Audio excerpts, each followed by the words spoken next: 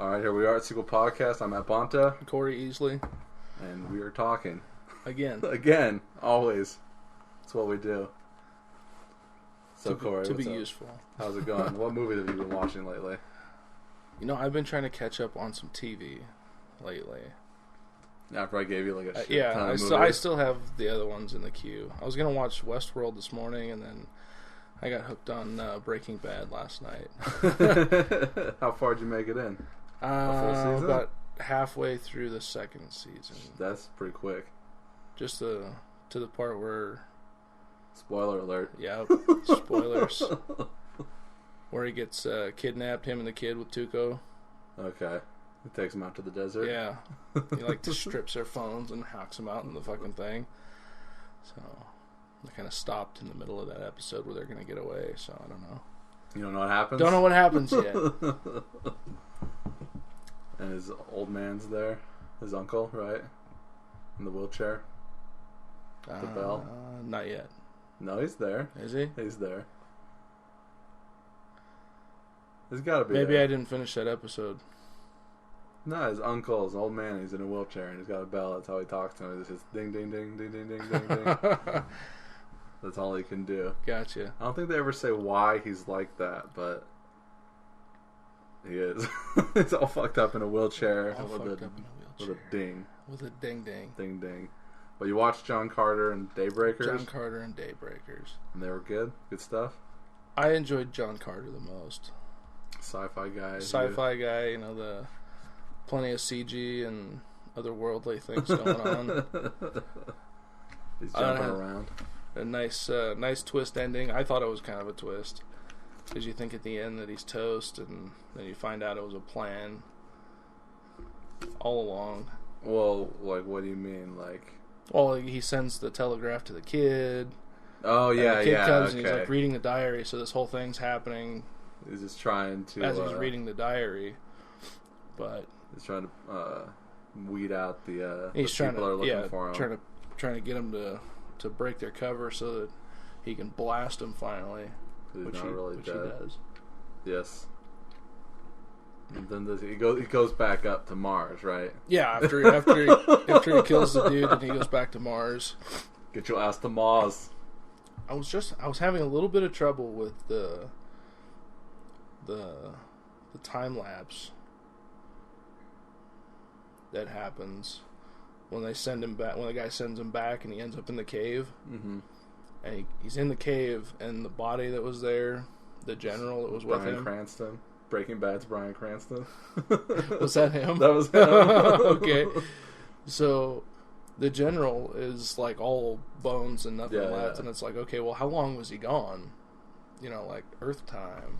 Okay. Well, let's see if we can find out this information for you, because that would be like what?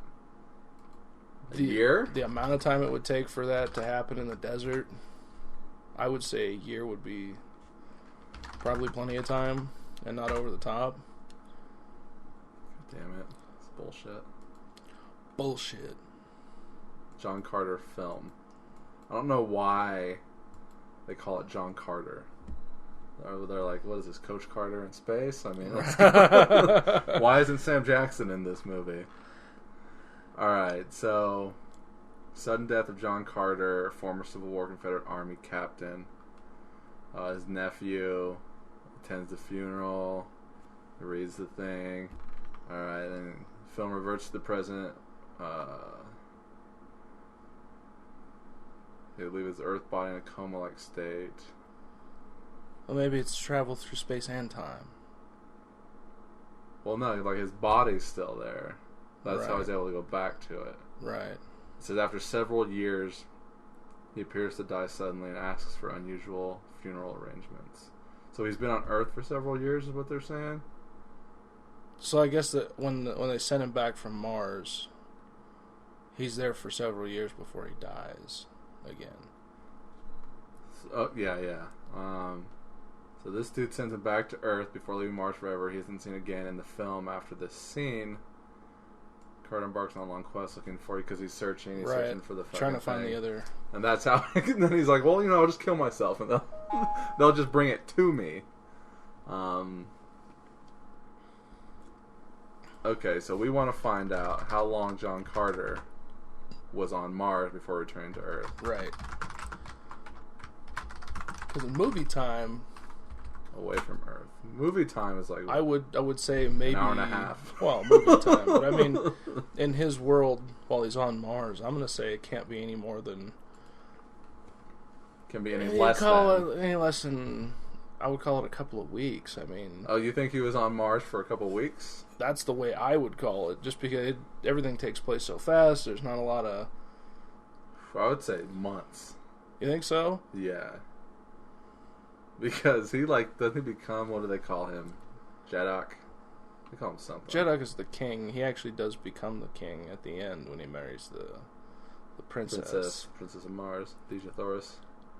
But he's he gets in with the fucking squirrely alien guys because he whacks those dudes on the ship, and they're like, "You're gonna be our fucking warrior guy." And the green guys, right? Yeah, the green guys. What are they called? Are they the Green Martians? Is it just called the Green Martians? They have a name. A name for the. Well, if I can, we're not gonna find the answer. By the way, we're just gonna have to make some shit up. But let's see. Mars. Tars Tarkus. He's a Thark. Okay. He's a Thark. And Dejah Thoris is a Red Martian. That's pretty much all. Red versus blue. Red versus Crips and blood. Green. They're green Martians. Well, they're the green Martians. Who's blue? The blue guys were the evil humans. Were they blue? Yeah. They had blue blood? Those, I don't know if that's what the deal is. But the telepathic guys? Mm-mm. No, because there's two feuding factions of human-type creatures. Were there? Yeah. Green Martian. Warrior of Helium. What is going on here? I need to watch the movie again. It's been a little while. And now fucking Kelly. For those of you who have listened to the commentary, I think I go into a little bit of an argument with Kelly as whether or not she was there when me and Patrick first met Robert. She's saying no, she wasn't there, but she was there. She was there. She did his makeup. No. Oh, when you guys first met? When he came in, okay. Like it was like, we need you for the movie, just meet you, hi, hello. She was saying she wasn't there, but she was there. And now she's fucking texting me like, oh, I was. Weeks later. Uh-huh. Why was I there, though? See, that's what I was trying to remember. I don't remember why she was there. But me, Patrick, and Kelly were hanging out here waiting for Robert to show up. We were meeting Robert, but I think we were doing something else with Kelly at the same time. Maybe we had filmed that day. You know what? We might have filmed that day. It's entirely possible. We might have filmed up at JCPenney's with her and Donna. Sorry, this is terribly interesting. Me fucking texting Kelly back. So anyways, the time-space conundrum in the whole movie, that's the only thing I had a problem with, was how long he had been gone. And if that somehow put him in a future Earth when he came back. If he wasn't gone that long, to him... well, don't they talk about him being, like, super young, always young? Doesn't he live for, like, maybe 50 years more than he should? Does that come up in the book or in the movie at all? Not in the movie. Are you? So No, okay. at the beginning, because at the beginning of the book, it's a lot like the beginning of the movie. Okay. Where his cousin is, reading over journals and talking about, I got all this, and I think he's talking about how he's like, he came back from being gone. Right. And was... Everybody just assumed it was some kind of, like, archaeological dig or whatever, because he's always like, he's a treasure hunter. He's a treasure hunter. Quotation marks. Well, that's what he was doing in the beginning. Essentially, he was looking for the artifact that would send him back to Mars because right. But all the way at the beginning of the movie, he's is he like when he's looking just like he's looking for gold. He's drunk. Yeah, he's a drunk. He's got all this like information about this spider cave that's supposed to have all this gold in it, and he's hunting for this big treasure. So he goes pro at the end of the right. So he's spending all his money and stuff trying to find this, and he's trying to get some supplies when Bryan Cranston, right, Custer looking dude. They find him and they want him to come back to lead the cavalry. I feel like I should say something important after that goes off. Dun dun dun dun. No, but really you're saying it. You should say it before it goes off, but really you're saying it after, so it's a little anticlimactic. Because you're like, he leads the cavalry, and then it would have been perfect, but it was right before you said he leads the cavalry, so... So they want him to lead the cavalry. Which is a little weird. It's like, is he an army deserter? I think he did his time. And he's like, fuck you guys. I like black people. And it's post-Civil War. Is it post-Civil War? So I believe so. They want him to fight the Indians because that's what happens. They go out and they're talking to the Apaches, and he talks to the guy, and then the Custer-looking dude's right-hand man fucking pops shots at the Indians, and then they all run off. Fucking up. Right? Who shot first? So I didn't say to shoot. But they chase them off into the cave, and then the Indians see where they're at, this spider cave, and it's like this holy, like, you stay away from it, it's cursed or something. Yeah, because the aliens go there. Right. They hang out there for some stupid reason. The Indians know this. The Indians know about the aliens. They're like, fuck that. Fuck these sky people. The Sky White Man comes Sky down. White Man, Sky Red Man. The Sky Red Man opposed to the Earth Red Man. Just the skeleton bothered me, so... I know, that makes sense. I agree, because like we were saying, like, that we can look up. We can Google how long would it take for a body to decomp to just dry bones in the desert. The feds will ding me for looking this up. Right. You're like, why do you want to know? You'll get a visit tomorrow. They'll show up at your door. How long will it take for a body to decompose in the desert? Well, let's just go decompose and see what we get. There you go. The rate of decay in a corpse. There you go. This is like a whole field. Like, they do this with cadavers. I was watching a show about this one time, and they have this special yard at some university or some research facility. Let's go throw a body in the yard. They do that. They take these cadavers that have been donated to science, and they'll bury them, or they treat them in different ways in different climates to see how long it takes for them to decompose, how long it takes, so they can get a schedule for the rate of decomp for use in forensics. Well, if you're interested in that shit, this book is what you're going to want to read. It talks about Stiff by Mary Roach. My ex had read both her books, this one and Spook. And this one's all about dead bodies and things that happened and all the research and everything else. It's like, it's not dry. It's got fun stuff in there that makes it interesting. That's cool. And then Spook by the same author is about ghosts and paranormal and theories. And real scientific stuff. As scientific as possible, because we can only know so much. This one right here, Spook. Right. The science tackles the afterlife. So, I mean, it covers all that stuff. I brought up the composition here on Wikipedia. We'd have to read the whole fucking thing. This thing also. Putrefaction follows a predetermined timetable. Putrefaction. Putrefaction. Not putrefaction. There's no I in there? Well, it says putrefaction. Putrefaction.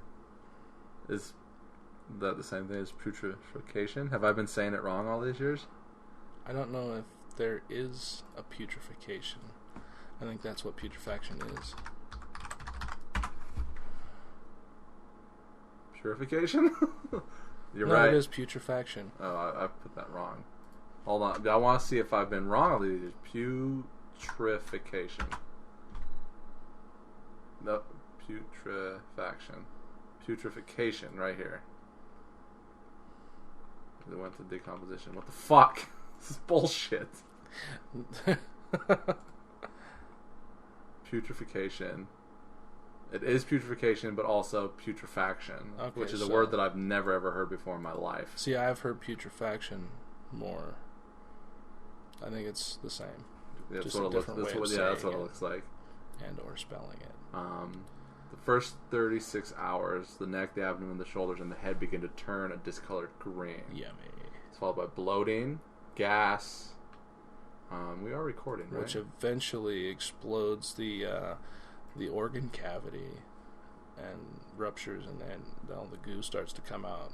Skin blisters are also filled with large amounts of liquid that just isn't a blister you might get from running or walking too far.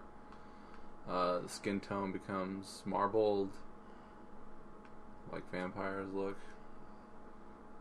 Process reaches its conclusion. The body will now be almost black-green, and the fluids known as purge fluid. Makes sense to purge your body of fluids here. For all those of you looking to lose weight, just go die and hang out. It'll take but hours.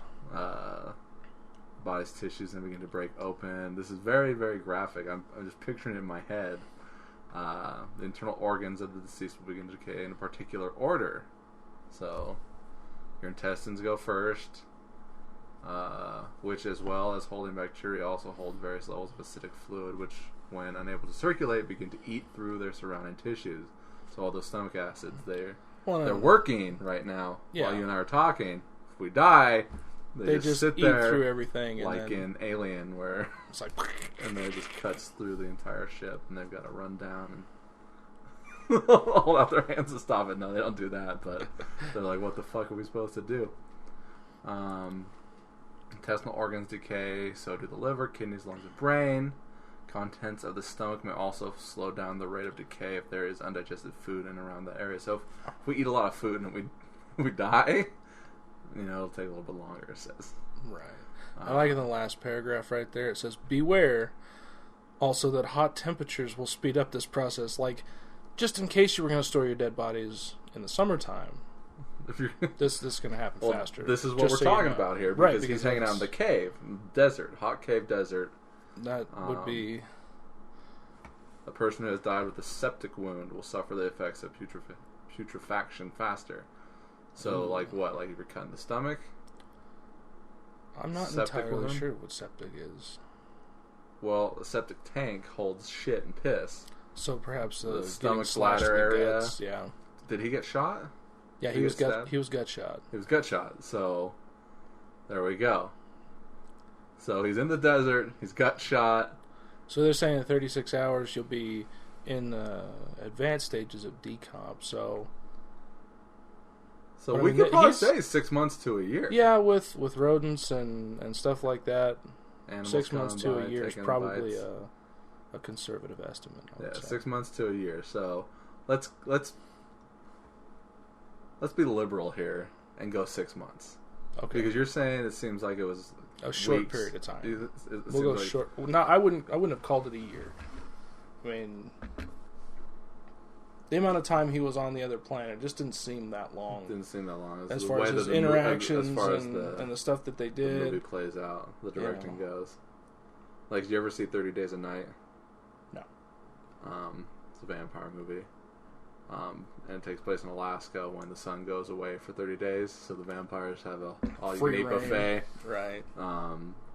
And there's no real way to get a sense that it's taking 30 days, but they go from when the sun goes down to when the sun goes up. But essentially, day to day, it just looks like it's cold and they're hanging out. It's all the same. It looks all the same from day to day. So it's really hard to be like, oh, this 2-hour movie felt like there's no time marker, other than when they're like day 15. Right. I'm not even sure if that's in there, but it might be. So, let's say a couple of months he was up on Mars, hanging out, falling in love, doing his thing, becoming the leader of a pack of 4-armed green alien giants because he could jump higher than them and punch harder. Yeah, he killed them with one punch. Which is essentially one of the things for those people out there who naysay Aquaman. he's got the same type of thing going for him because he's coming from the pressures of the deep underneath water. Right. So when he comes up on Earth, he's got super strength and shit like that. Right, which makes some sense. Some sense. Being liberal, of course. Being liberal, of course. I did like, if you want to talk about Daybreakers? scientificness of the characters. We'll get to Daybreakers soon enough. The science of the characters, the Tharks, from the things that I've read about Mars and what other life forms would look like on other planets, that's probably one of the closer representations of what, I mean, maybe the arm thing, I don't know. The forearms. But they're super tall. They're really barrel-chested. And what we know about Mars, it's a third less gravity than Earth. Yeah. The atmosphere's a lot thinner. Even though in the movie it's completely breathable, which is weird. Breathable by Well, I mean, John Carter. The book, I think, when Edgar Rice Burroughs wrote the book, I think he did all of the science and research up to that point. And he may have had to been like, in order to write this, dude's got to breathe. You kind of have to fudge some of the science, but I think he might have done some. Assuming that the atmosphere is breathable, which, who knows? Well, science probably knows now, but... Yeah, now they're like, you can't breathe up there. But, now, like I said, there's some of the stuff that I've read about Mars and what they think Martians would look like. Based on... The Tharks actually fit that character model really well because of their height and the shape of their bodies and stuff like that really fits. There's this movie, Phantasm. Did you ever see it? I can't say that I have. There's like this alien race. You don't really get this. Like, you have to watch the movie a couple times to kind of get that this is what's going on. But like, it's a horror movie, and there's like a guy, like an alien, and he could transform to look like however he wants to look, and he looks like this tall mortician. He's a tall man. They call him the Tall Man. So you got Freddy Krueger, Michael Myers. This is the Tall Man of the Phantasm series. Okay. And they're taking these dead bodies and taking them through this other dimension to another planet. And all the dead bodies they bring back to life, and they're also extremely shrunken down because of the gravity of the planet that he's taking them as like work slaves or something like that. Sure. So like that's just one of those things. So like, the planet he comes from is super high gravity. Super high gravity. Here, now he's taller. Now he's taller, and they're fucking. The dead bodies are super fucking short and Munchkin-like. So sure.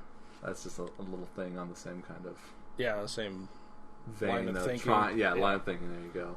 Same line of thinking on how they built characters for certain things. Also on Mars, they have the regular human-looking characters too. Right, and that. But they've got green skin or red skin. They got red skin. In the movie, they didn't make it as prominent. They didn't make it as prominent, but they do have a darker. They were definitely tan.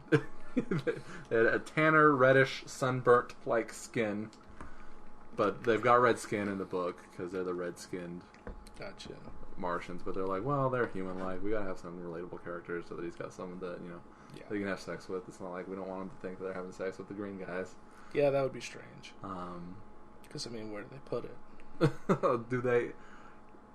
And they didn't differentiate the way the men and the women look. The women were smaller. The green ones? The Tharks, yeah. They were smaller. They were, but they didn't have any like boobs smaller, or anything like that. They should have, though. They should have.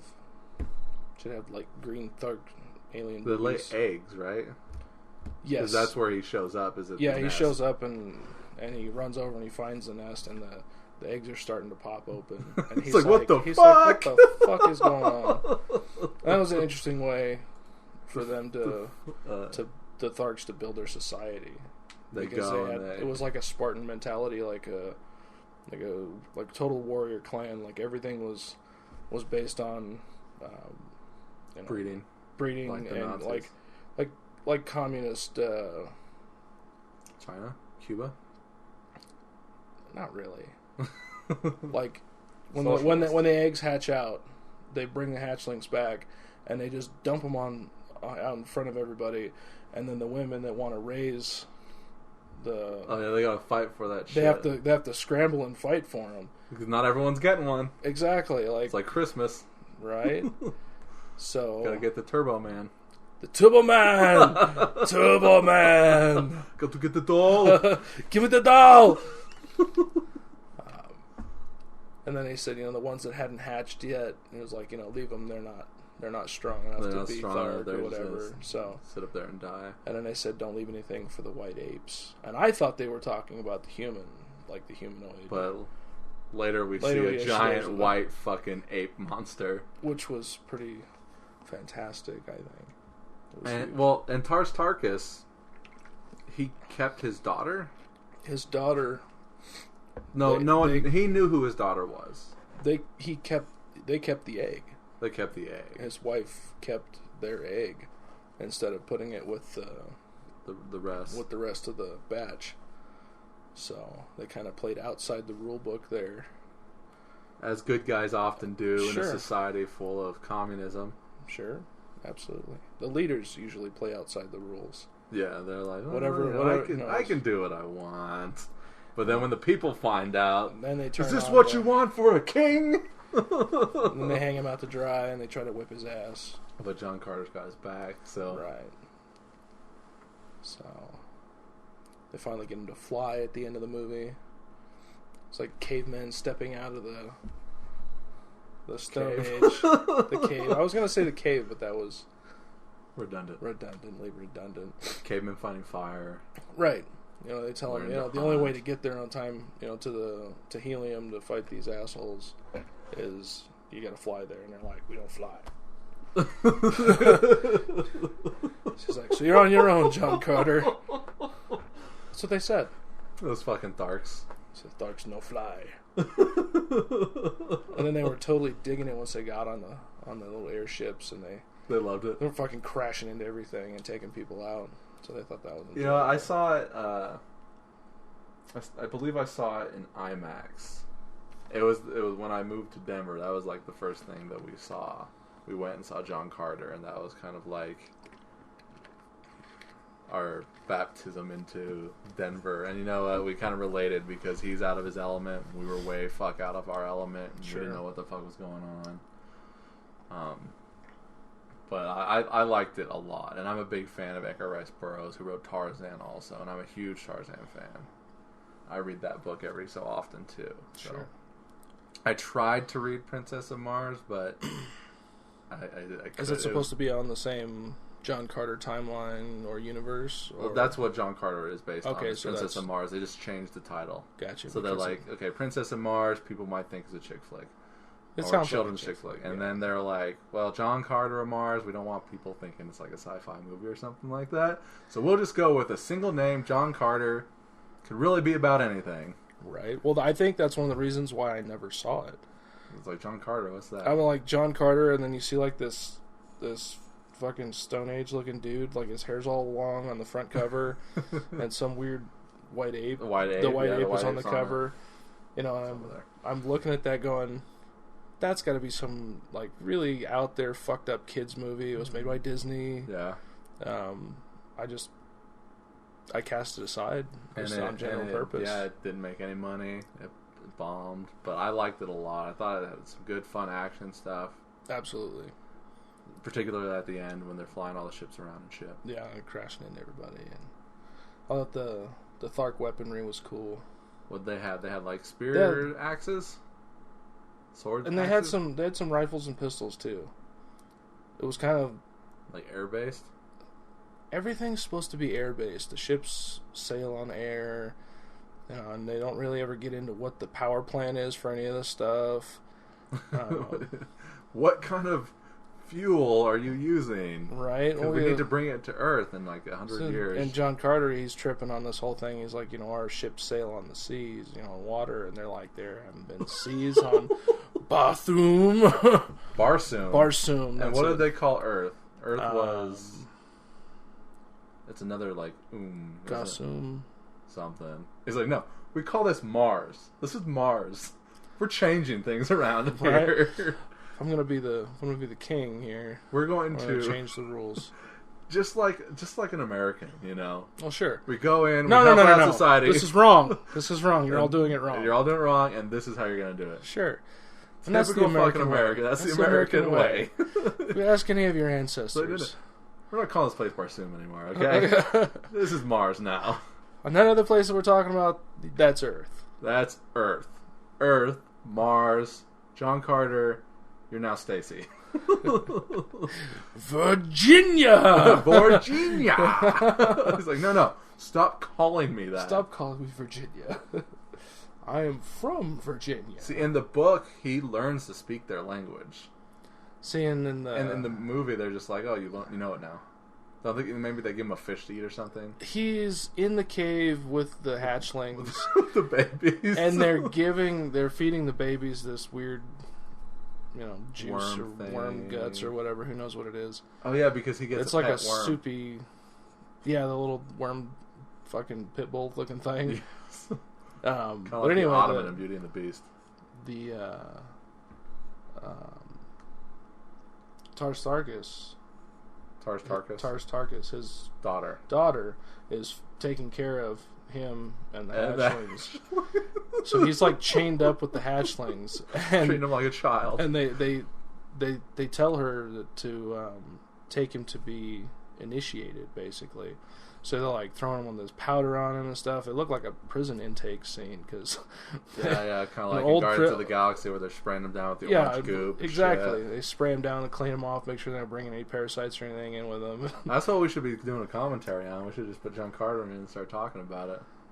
We should have done that. See, next week I think we're just going to watch a movie and commentary. Next week we'll watch a movie, definitely. Something. But they feed him some of this baby goop juice that they're feeding to the hatchlings, and she says you can hear the language of Barsoom if you listen or if you want to or something like that. If you're okay with this, you can allow this to happen. So whatever. It was guts. Pretty disingenuous how they in the book he just fucking learns it. Yeah, and it's like a hard process for him because he doesn't have the linguistics to talk like them, but he does it. And they cut a lot of corners in the movie. What little bit of the book that I read, it was just so dry. It was really hard for me to finish it. A lot of older sci-fi writing is very hard to read. My dad can read it. I can't. But at the same time, I can't read Tom Clancy either. I've read. I wasn't a big fan of Tom Clancy. Like I read Patriot Games and I didn't like it at all. What is that? His? Yeah, that's Tom Clancy's. I've got Son of All Fears. Yeah, there's Patriot Games, Tom Clancy. Right next to 2001 by Arthur C. Clarke. The Space Odyssey. And 2010 and 2063? 2060 2010, 2061. 2061. Do you have 3001? I haven't read that one. I don't have it. I have it. You want to borrow it? I don't know if I'll read it. I'll probably let me know if you get around to it. Okay. Yeah, I read... I saw 2010... Or 2001 and 2010 of the movies. I like 2010 better. So did I. It was a lot easier to watch. Yeah, it's an actual movie with narrative. There's no bullshit. No Stanley Kubrick bullshit. But I'm not a Stanley Kubrick fan. Yeah. And he's regarded as like on high. Everyone puts him on a pedestal. And I it's a style. I watched all of his... I always talk about it. I watched all his movies back to back once because Melissa took a Kubrick class at TMCC. So I was out watching along at home when she's like, oh, we're watching this today. I was watching along at home and I was just like, watching these back to back makes me realize that they're all the same, super long, super boring, and not that great. Yeah. It's like stylistically he had a vision and everything else like that, but the movies he made were boring. I thought so too. Like, I think the only one I really got behind was Clockwork Orange. And I hate Clockwork Orange. I didn't think it was a great movie, but it gave you... If you followed it, there was a story there. In my opinion, that movie is all about rape, and all they do is rape people in that movie. They go from house to house raping people. Right. Like you've got Full Metal Jacket. Full Metal Jacket, which I believe to be a very boring. That's one war of my movie. One of my favorite movies. I can watch the beginning of it. The whole like training camp sequence is really cool, but once they actually get out to war, it's like a huge tonal shift, and it's like, well, I've already watched this movie. Now they've got me in another movie. I was going to say, it's like two different movies completely. And I didn't like that shift either, because when I watched the first section one time, and then I got cut off from the movie and had to go do something else. Same way. And then I caught the second half on Cinemax or whatever one time, and I thought it was a different movie. Yeah.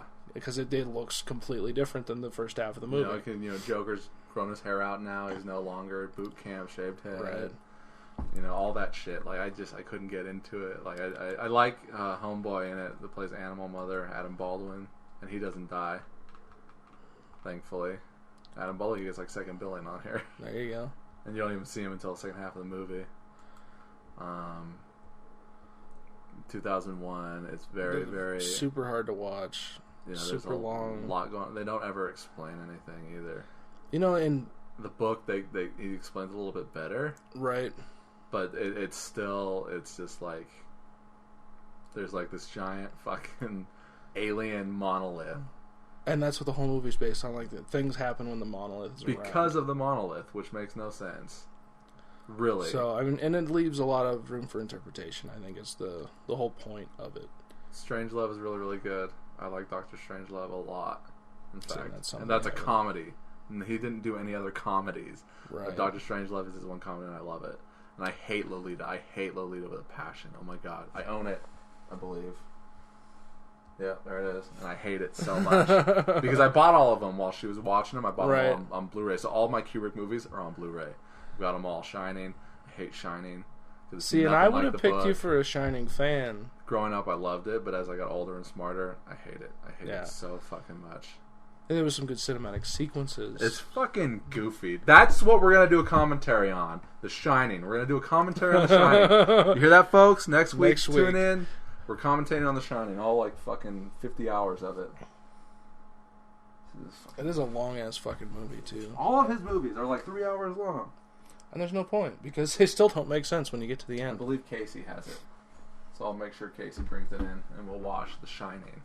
And we'll commentate on The fucking Shining. Because I can watch that movie and I can laugh my ass off at how ridiculous some of the things are in there. Because he'll come in and yell, I don't know what's going on. I don't know what you're talking about. She's like yelling, why'd you beat him? Why'd you beat him?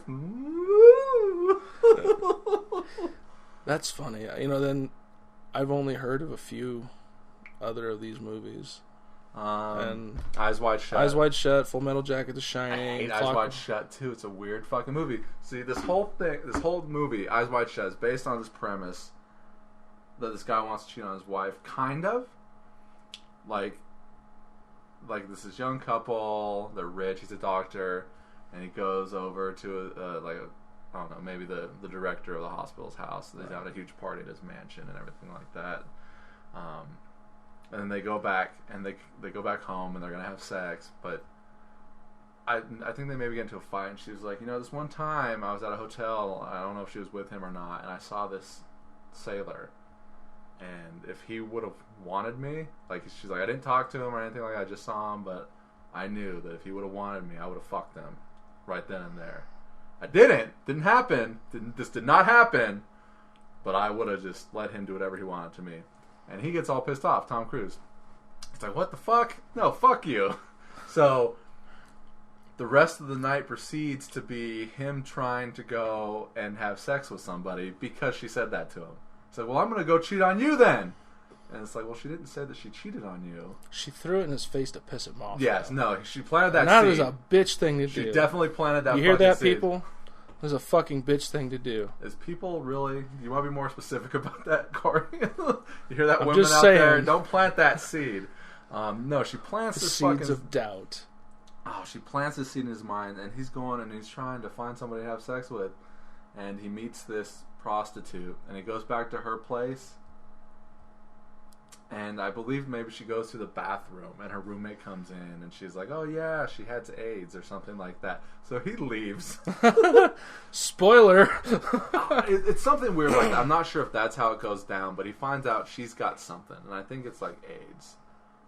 And then he proceeds to go through town all night long, and he runs into some weird people. He sees this one guy fighting with these two Asian dudes at like a suit place, because he's trying to get a costume. And then later on the next day, he sees them. They're buddy. They're friends. It looked like the guy was going to kill him the night before. But before that, he gets a costume. because he runs into somebody and somebody tells him about like an orgy party, a sex orgy party. Okay. So he gets a cloak and a mask and he goes to this party and he gets the password from, and he goes in and he's just walking around. People are fucking everywhere. And then this woman comes up to him and she's like, I know, you need to get out of here. You need to fucking leave. But then they find him, they bust him because he's not supposed to be there. I don't know how this group of 100 people all wearing masks knows that he's the one that's not supposed to be there. It's a Kubrick film. It's not supposed to make sense. And it doesn't. But they bring him out. Everyone's standing around this great, like, giant opera house hallway, and they take his mask off and they shame him and everything else like that, and they get him out of there.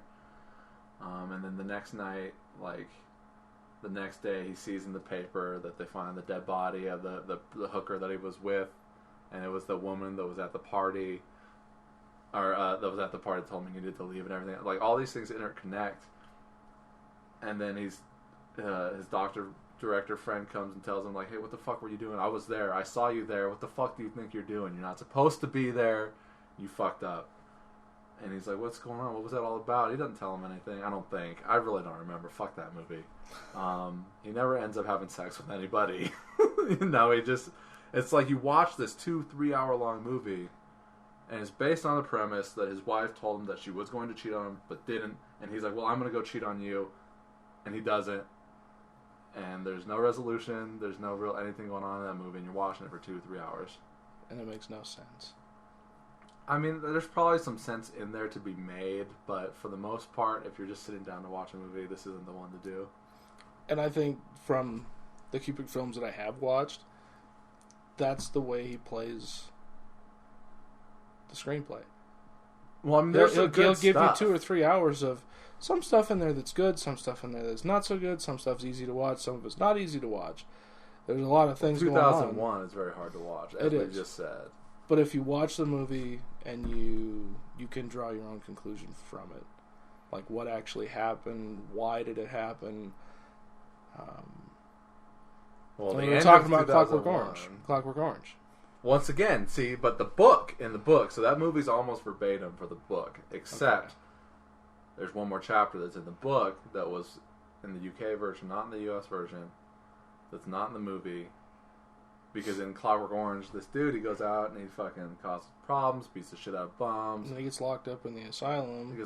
He gets out of the asylum, and his buddies are now cops, beat the shit out of him. He makes his way through this fucking maze of everything that went wrong in his life. Everything that he did. Everything that he did wrong. Everything that he did wrong to people comes back to him, and he gets fucked over. Kind of. And then they just let him go. They're like, no, what we did to you was immoral. We should have done it. We fucked your life over, but it's fine. So he gets away with everything that he did because of his punishment. But in the book, there's an extra chapter where he runs into like another friend. Like he had like a third friend. The two became the cops, and he had like a third friend. And he kind of grew up and grew out of what they were doing. And it's kind of a statement saying that like they were young and stupid and rebellious, but you more likely than not will grow out of that one day with maturity and adulthood and everything else like that. And that's kind of like the statement that he's kind of giving off in the book. Right. In the movie, he just gets away with everything. Gets everything that he wants. But you could read into it that he learned his lesson. I don't think he did. You know he fucking didn't learn his lesson. I think when he gets out of the asylum, he starts getting the shit beat out of him, and people were like pissing on him, and all the shit he did comes back to him. It does come back to him, but I think he realizes he's like, damn, that's fucked up to be treated that way, to be... Do you get that he feels that way at the end when they let him go? I felt that way. Fuck no. Difference of opinion. Because he's like, oh yeah, I'm partying. Like, what's the last line of fucking Clockwork Orange that he says? We'll find this out. But he's like partying it up. I don't remember that part. Let's see what we get for the last line. They're just going to give me the quotes here. I'll just fucking have to look through them all. Let's see if we just skip down to the bottom. I was cured alright. That's a lot of the film. I was cured alright. He's like fucking some chick in the tub. He's got champagne and everything. He's essentially celebrating. And you know that he's going to go back into doing what he's doing, which is what he does in the book. He's got a new group of droogs that he's with, but he runs into the guy that's like, you know what? It's time to grow up. Right. So, I mean, that's popcorn. Fucking Stanley Kubrick. Fucking Kubrick. I can't go into Kubrick anymore. It always happens. I did a full on several podcasts with like Kelly, maybe even Patrick, because Patrick loves Kubrick. I can see that. He loves Kubrick. He loves The Shining. Fucking loves that fucking movie. And I hate it. It's not one of my favorite movies. Alright, Daybreakers. You watched Daybreakers. The sci-fi vampire Sci-fi vampire film. Willem Dafoe. You did a Willem Dafoe double feature. Yeah, because Tars Tarkas was the other half of that. Did you like? You said you liked Daybreakers. It was pretty good. It was. I like to watch it for the action sequence, but I would say it's kind of like the flip on other vampire movies, where it's a world full of vampires and humans are dying out. Right. And like Ethan Hawke plays the vampire guy that's up in society that decides to rebel against his elders. He doesn't like blood. He doesn't want to drink it. Ew, blood's gross. Yeah, but he has to. Right. There was another movie that was like that. Or maybe I'm thinking of the same movie. Like another vampire movie? Another vampire movie where... well, at the beginning of Interview with the Vampire, he's like, oh, we can live off of rats and shit? Okay. But then he grows out of that real quick. This other movie, I can't remember the fucking name of it. I watched it while I was having a sleep study done. But same thing, where you have the vampires are normal. That's the normal citizenry of the world. And the humans are, less popular and... The minority. Yeah, they're the minority, and vampirism is like a disease, but it's not.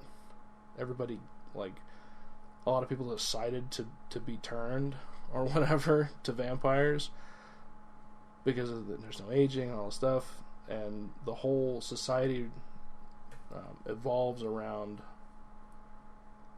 vampires.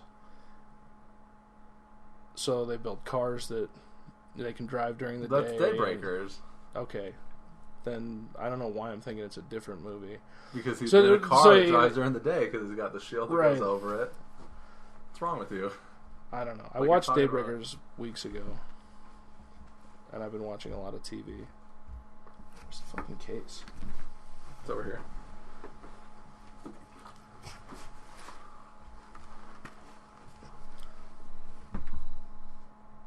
So that there's not dead air, I'll just start talking. Yeah, carry on.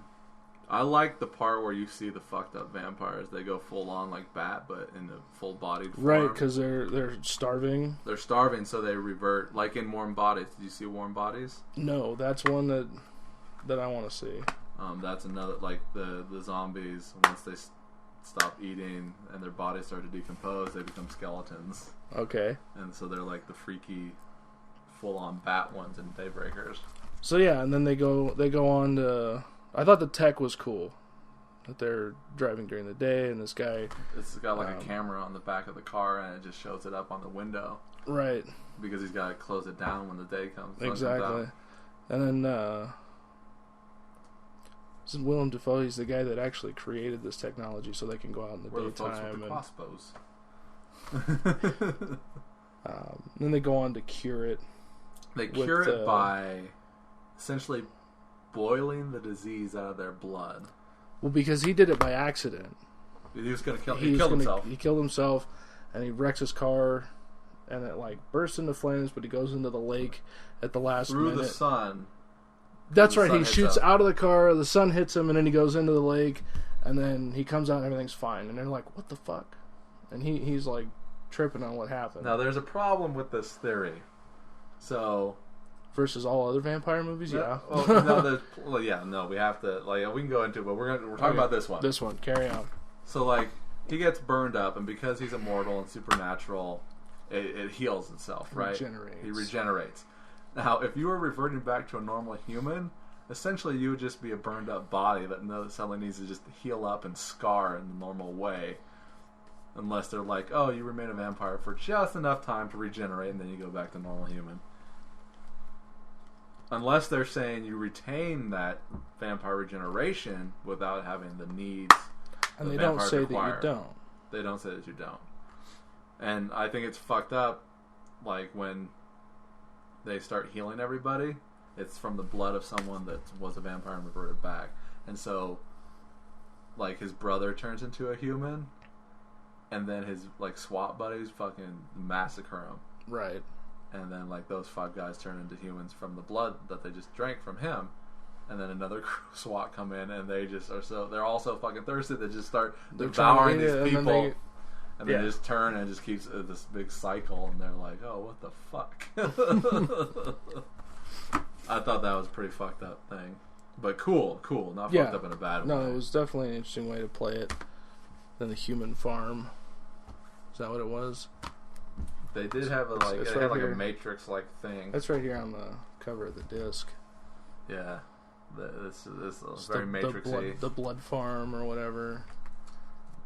And they're running out of blood and shit. That's from when I went and saw it. Yeah, I noticed that you do that. I do that. John Carter's got one. I noticed that, which I think is funny. It's the first one from Denver. It's not in here, is it? I thought it was. Did you keep it at your place? No. If it was in there, I would have put it back in there. Because I was careful with that kind of thing. I'd like to say that I'm pissed off at the IMAX that we got, because it's not really an IMAX. Just for the record, people. Is the screen too small? The only other IMAX that I've been to is the one in Sacramento. In Roseville? Sure. Where you gotta walk up the giant stairs. It's right outside the Capitol. In Roseville? Well, Sacramento's the capital of California. I know that Sacramento is, but I know which one you're talking about. I went to see it at, I went to see Watchmen there. I saw The Dark Knight there. We went to fucking San Francisco to see The Dark Knight. That one was a real IMAX. The IMAX, because the stadium seating is like super steep, so your feet are like at the head of the person in front of you almost. Yeah, and it's like slanted in. It's stacked up like this, like you're in a ride. It looks a lot. It seats a lot like a roller coaster or something like that. If you've ever been to California Adventure and went on the Soaring Over California, that's an IMAX screen that they lift you up off the ground and they shove you into it. It's actually a really cool ride. I enjoyed it. I didn't like it. I've got a fear of heights, so I was like, fuck this. I enjoyed it. I enjoy it every time I go there. That's the one that I don't want to go on. But I like roller coasters and heights falling, all that kind of shit. But I was just at our quote-unquote IMAX theater here in town. Our fake Max. I don't know what the one in Carson looks like. That's not an IMAX. It's just called the Galaxy. Okay. Dango. It's not an IMAX. Ooh, see, I'm going to Sacramento to see that. What was that? Interstellar. A couple of buddies that are equally excited for that film to come out, and we're gonna make the pilgrimage to Sac to see it. If you're gonna go, this is the Matthew McConaughey movie. Yes. You might as well go to fucking Frisco to do it, dude. Frisco's a lot further down. It's another 2 hours. It's a 4-hour drive. We went to go see. Last time I checked, it was a 6-hour drive. Bullshit, dude. It's a 4-hour drive. For who? You don't even have a car. Yeah, that's why I'm going today, you fucking. I'm just saying. Piece of shit. Every time I go, it takes me 6 hours. So. Well, you're driving wrong. I have a kid too, so everything takes longer with kids. Well, me and Melissa, we would always go do a 4-hour drive. How do you spell it? Cisco? San Francisco. But how do I do this? Get directions to San Francisco from current location.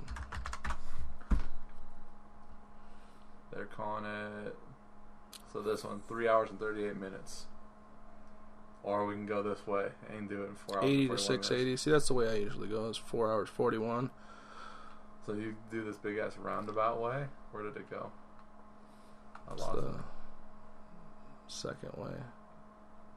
It's a big ass roundabout. You go around and come up, opposed to just going straight there. So we used to go there because my buddy lived in Concord. Gotcha. Like since you hit that right there. So it was easier to get to his house in Concord going that direction. You even hit San Jose too. You hit San Jose, you hit Fremont. Mm-hmm. So, the IMAX theater in Sacramento is very good. It's got the full upright. Just saw that the other day too. What, Madagascar? Yeah, I saw fucking Madagascar. Equalizer? The Equalizer. You saw that? I saw that on Friday night? Saturday? Whatever day it was. I went with Blacktrick. Oh, did you really? Yeah, we went... But is he the only one that goes to movies with you? Lately, yeah. How do I find... No, I don't want fucking New York. How do I change this? There we go. There you go. Alright, and so they should show us everything. So we've got the Sparks one and Shields. Alright. Which is a bullshit fucking... It's really just a big screen. It's just a big screen. It doesn't have all the speakers. You might as well, like, if you want to do that, the XD screen at the Sparks Theater is Same really thing. good. It's the same thing. In fact, the theater's smaller. The quote-unquote IMAX screen at the... It's smaller than the XD? I think so. I wouldn't be surprised. It's not in a large theater. It's not in a large theater seating. Because, they have the super wide ones over at the Sparks Theater. Mm-hmm. I really like that XD screen. As do I. That's my favorite one. It's been a while since I've been there, but I've always liked it. So you've Patrick got Esquire IMAX in Sacramento, California on K Street. I've been there once. And then this one in El Dorado Hills, California on Vine Street. This is the one where I saw Watchmen at, and I also saw Mission Impossible 4 here too, Ghost Protocol. But when I saw The Dark Knight, I was very impressed with that screen, that whole setup. It had to have been this one. They turn the lights on behind the screen, and you can see all the giant speakers. So that's what I got. That's in San Francisco. A real IMAX. That's a real IMAX. They do a little light show for you. They tell you there's a huge fucking hole it's down got there. So many square foot of screen and 37 million speakers, and they just fucking blast you with sound, and I love that shit. Awesome sound quality. It must have been this Esquire IMAX. I believe it was because it's like right here. Yeah, because it's right out from the mall. There's a mall that's right there too. Let's see Esquire. Let's get a picture of it and see if you can recognize it. I'm sure the audience is real interested. Absolutely, like Esquire they give a shit. IMAX, Sacramento. Is it this one? Yep, that's the one. Okay, see, I didn't go to this one. I think this one was probably closer, so we just went to that one. Right. And this one also is not a real IMAX, the El Dorado Hills one. It's just a big screen. Yeah. The one... this one looks pretty cool. It's badass. And you're okay. It's got 2 levels. So if it's the same setup as Frisco, then this is fine. Yeah. You're going to go see Interstellar? I think it's worth the money. When's it coming out? November... No. Where do you know? It looked like it said November 4th or 7th. Because we went to go see Mission Impossible to get the first 5 minutes of The Dark Knight Rises, but it was only playing at the real IMAX theaters. Okay. So it wasn't playing at that one, so we went out there for nothing, but it was still pretty fucking big. Yeah. 11/7. Okay, the 7th. So it was like a month from tomorrow. Our plan is to go see it. On that Friday? Perhaps. Do you still not have a job?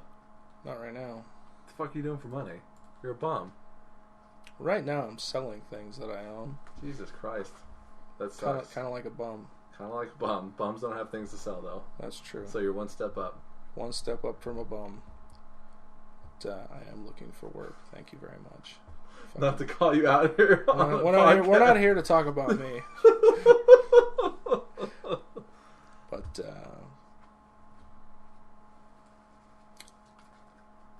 yeah, so, I don't want to talk about the new Denzel. Too many spoilers too early. I haven't watched it yet.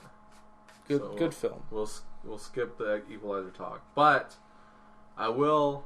It is October, the month of Halloween. We're fucking at the end of this podcast already, and we haven't even talked about Halloween or anything else. Last year, I did 4 different Halloween themed podcasts throughout the month. Okay. We're already fucked on this one, so I guess that's not going to happen too much. But I did last week get in on Tuesday my Halloween movie collection box set on Blu-ray. And I've been devouring those all week long. I just finished today before you showed up.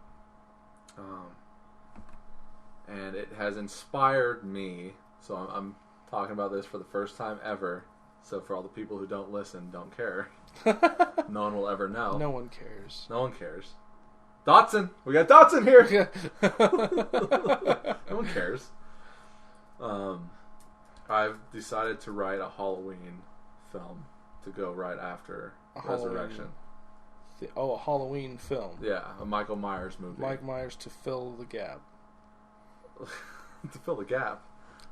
They're supposedly making a third one. I don't know if it's another remake or if it's going to follow the sequel to the remake. Okay. But I know it's not going to have anything to do with the first. Okay, so here's how it goes. So they made the first movie, they made the second movie, alright? Then John Carpenter was like, I'd like to do like a Twilight Zone, standalone type Halloween movie every year. It's nothing to do with Michael Myers, it's its own thing. Made Halloween 3, everyone hated it. 4, they went back to Michael Myers. 4 takes place after 2, and they did 5, and they did 6. So 1, 2, 4, 5, and 6 are all on the same timeline. Now, they did 7, which is Halloween H2O 20 years later. With that, they said, we're going to not count the other movies except for the first 2. So they're like, create a new timeline. So you got 1 and 2, and you can either go 4, 5, and 6, or you can go 7 and 8. But they also try and make those follow after 4, 5, and 6 as well. They throw in a little clue that made the final cut that you could kind of connect it. I connect it. I like to connect it. So I like to go 1, 2, 4, 5, 6, 7, and 8. So I say they all go together. So I'm writing a 9 because then they made a remake, Rob Zombie 1 and 2. Supposedly a third one now. So I'm started writing one this morning that's gonna take place after 8. And I think it's pretty cool so far. I got 5 pages in, pre-credits. And I'm gonna write some more until it's done. Fantastic. Maybe we can do a short or two, try to get a little... Well, the thing is like... Get some funding, get the Matthew Bonta project on little big screen action. You know what? I don't think we'd ever be able to make Halloween at this point. We wouldn't be able to make it, and you wouldn't get to direct it. Well, no, but so that's what I'm saying is like... I bet you could write, if you wrote something that fit the bill to follow the schedule... Well, I just want to know. Well, like, we've got Clandestine, which is what I want to make. Absolutely. But this Halloween movie, I would like to just say, fuck it, just make it. Like, for our own benefit. Which is kind of taking a step backwards from what we're trying to do. Sure. But I don't think it would be that hard. And I think it would be a lot of fun. And I think if we did it, and we did it right, it might get some attention. You know, no one can really sue us for doing it. No, because you have it's people make fan films, and so we're not selling trying it. Yeah. We're not making money off of it. You know, if you took somebody else, and even adaptations have been done of things that they do the exact movie. Well, they've got little loopholes for those professional movies where they're making money off of things. Right. There are loopholes there that they do, whether it's a public domain book or play or whatever, or if they're like, well, it's my take on Romeo and Juliet. It's not Romeo and Juliet, but you got 2 people in love. You tell me. But I'm just thinking like... I think there's some entertainment to be had there. With Halloween? Yeah. Well, the thing is, it's like in Halloween they take this really crazy left turn after the 5th film. So, like, going into it real quick, in Halloween, the first movie, have you seen these movies? No. None of them. Not one. You haven't seen not one Halloween movie. I've probably seen some of them. Okay, well, you got this little kid that's essentially basically has no soul. He kills his sister. They put him away in an asylum for 20 years. He's like 8 years old. He kills his sister on Halloween. Let's say that his birthday is Halloween. They never say that it is, but why not? Why not? So... he comes back 20 years later, breaks out of the asylum. He's got this doctor that's watching him the entire time. He's like, no, you gotta take him to a maximum security prison. He's a fucking psychopath. I hadn't seen anything behind those eyes the entire 20 years that I've been taking care of him. But they just want to keep him in the institution. He's like, no, you can't do that. You got to put him away for life. So he goes to pick him up, to transfer him, I think, from one asylum to the other. And he breaks out. Kills a guy, takes his jumpsuit, goes to the town where he used to live, goes back to the house where he used to live. He steals his mother's grave marker, puts it in his house, and he steals a mask, and he steals a knife. So he's got a butcher knife, he's got the mask, he's got the jumpsuit. That's what Michael Myers looks like. The Shatner mask. The Shatner mask. There's no rhyme or reason to the way he looks. He just... that's how he ended up. Yeah, he, I don't know, flagged down a guy in a truck, killed him, took his jumpsuit. Right. And then, like, later on, you see the two girls. The cop is the dad of one of the girls. And he's like, oh, we got to break in. Some kids stole some, like, rope. A couple Halloween masks and a knife. Shit like that. What do you think? It's kids. But we know that it's Michael Myers. So it's just, he's got a mask, he's got a knife, he's got a jumpsuit. No rhyme or reason. He starts killing these kids. Why does he start killing these kids? I think they live near his house that he grew up in. And he just sees them and is like, I'm going to kill them. Because that's what he does. He's like a serial killer. His mind's fucked up. Second one comes around. You find out that the main chick in the first one's really the sister. She's in the hospital the entire movie. He's still on the loose because he shoots him out of the balcony. And he gets up and leaves at the end of the movie. You don't see him leave, but he looks down and the body's not there. Second movie continues right off the end of that one. He goes to the hospital. You find out that she's his sister, and he's going to kill her. To end his bloodline or something. Right. Which comes into play later. But Dr. Loomis stops him. She gets away. End of the movie. Then you've got 3, which I want to throw in some references to in my script. So then 4 comes along. They're like, he's still alive, but he's been in the hospital. He's been in a coma this entire time. And they're transporting him. And he gets away. The doctor's back looking for him. He's going after his niece. Because this movie was made like 8 years later. So he's got a little 8-year-old niece that he's after that he wants to kill. Because presumably his sister's dead. This is where number 7 comes in. But so he's after his niece in 4 and 5. And you think at the end of 4 she kills like her adopted mother or whatever, so you think that she's going to carry on. But when they went around to number 5, they're like, no, we don't want that. It was a one-time thing. She got over it. But he's still after her. Better. I got better. So, but he's still after her. How does he die at the end of that one? I don't remember. Oh no! See, at the end of number 5, they get him to a jail cell, and there's a mysterious man in black that fucking breaks him out of the jail cell. He blows away all these cops with a machine gun, and you don't know what happened to him. And you don't know what happened to the little girl either. This guy got Michael Myers and the little girl. And then they didn't make a movie for quite some time. So, number 6 comes around. You got the little boy that was being babysitting in the first one. He's trying to find Michael Myers and get rid of him. Sam Loomis is old. And, you haven't seen Michael Myers in like 10 years or whatever. You find out that this cult has been like making these sacrifices and doing all these things to prevent this town from, I don't know, going under, keeping the water, clear, keeping the forests green, keeping the town in good condition. They've been like sacrificing like a child, and the child takes all the evil, takes all that into him. So that's what Michael Myers was. He took all this evil and kind of became like this pseudo protector, but also he's evil and crazy as fuck. Right. So this cult has been doing this, and he's got to pass on the bloodline. So he's got to kill all of his relatives and then pass that bloodline on to another child. Okay. So they've got his niece the entire time that you haven't seen her, and there's 2 versions of the movie. One of them is that they artificially inseminated her with his sperm to get this child. But in the producer's cut, which I've seen for the first time now that they put it on Blu-ray, essentially he raped her and did it himself. That's much better. But the cult's job is just to keep this going, to keep the town flush and everything else like that. Creepy.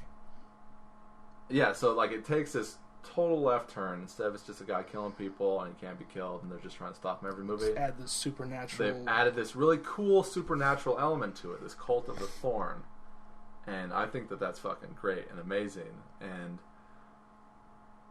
so that's number 6. They pass it on at the end of that movie. He doesn't necessarily die, and you don't really know what happens. It kind of ends ambiguously. And then they made number 7, and Jamie Lee Curtis comes back. She's been in witness protection the entire time. She's been hiding. She's changed her name. She's got a son now. And they, like I said, they tried to get rid of 4, 5, and 6 and just say this is a direct sequel to 2, but they still kept little clues in to make it so that they could still have a connection if you wanted, and I do want. So Michael Myers comes back, starts killing people again. You think she cuts his head off at the end, but really he switched bodies with the EMT guy. Right. So he comes back in 7, or comes back in 8. Kills Jamie Lee Curtis, finally, and then he goes back to his house where they've got a reality TV show with cameras and everything else, and he kills all of them, and then they burn him up. But his eyes open up in the morgue at the very last shot of that movie. And then they didn't do another one, and then they just remade the first one, and then a sequel to that. So I want to continue on with that Cult of the Thorn idea, and I started to write one, and I think it's a pretty cool idea. It sounds quite interesting. Because Michael Myers isn't just like it's a killing machine, mindless killing machine like Jason is in Friday the 13th. It's got that little bit. Well, they've added some purpose to it now. They did add some purpose to it, which is weird to think to even bother doing something like that. And they did it in a decent way to where it's not totally lame. It's like you get this whole thing that goes on forever and ever and ever. We're talking about a course of 20 years. Right, it's not like Jason going to space. Yeah, well, 1978. It's pushing 40 years now. Holy shit. 40 years and another 4. So you have this franchise for almost 40 years, and then you go, oh, guess what? This is what's really going on. Well, even then, they spread it out a little bit near the end of it, so that it is feasible. Because they didn't make another take a movie. Dramatic left turn. After 5, when they just this guy comes in, pulls him out of jail, blows all these cops away. No one knew what happened for another 5 years. May have never even ever found out if they didn't do another sequel. Well, that's how it happens. Somebody says, "Okay, well, this guy." But in just a B horror movie, and they throw something in there to the fuck was that all about? And no one ever fucking knew. They're like, "What's going on?" So I really like that idea. So it gives it a new direction of possibility. Definitely. They made these stupid fucking remakes, but I would like to go back to the old ways. Sure. Pick up where they left off. And I started writing that, and I think it's got a good, decent thing. I'm down. I'll let you read that first 5 pages right now. Okay. So I'm Matt Bonta. Corey Easley. What was our sign off? Go fuck yourself. Go fuck yourself, Reno. Laters.